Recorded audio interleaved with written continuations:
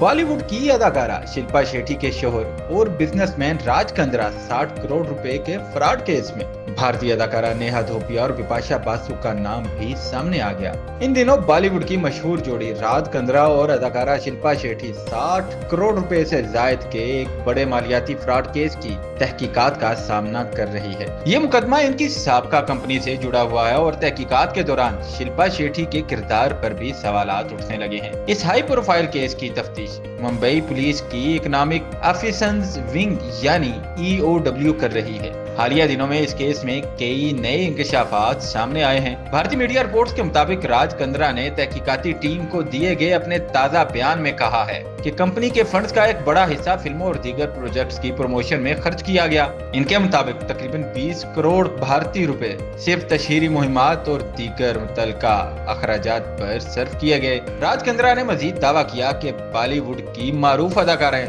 बिपाशा बासु और नेहा धोपिया भी इन प्रमोशंस का हिस्सा थी और इन्हें बाकायदा अदायगियां की गईं। राज ने इन प्रमोशंस की तस्वीर भी बतौर सबूत तहकीकाती इदारे को फराहम की हैं। ताहम फिलहाल ये वाज़ेह नहीं हो सका कि बिपाशा बासु और नेहा धोपिया को ये अदायगियां वाकई हुई या नहीं, और ना ही ये मालूम हो सका कि आया वो कंपनी की मुबैना माली बेज़ाब्तियों से आगाह थी या इसका हिस्सा थी। मामला हसास है और तहकीकात जारी है। मजीद तफसीलात आने वाले दिनों में सामने आने की तवक्को है।